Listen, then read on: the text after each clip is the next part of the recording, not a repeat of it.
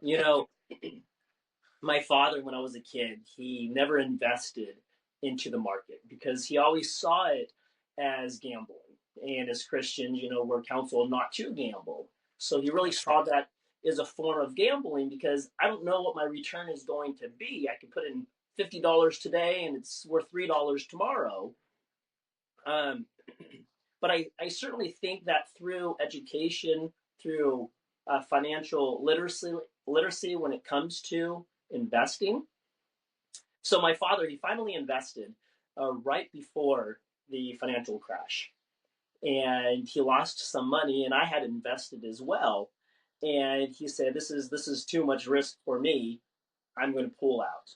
So he took a loss, but he still had finances in the bank. But if he and I, which I was younger then and I didn't know anything about the market, if we weathered that storm, our financial accounts would have come back.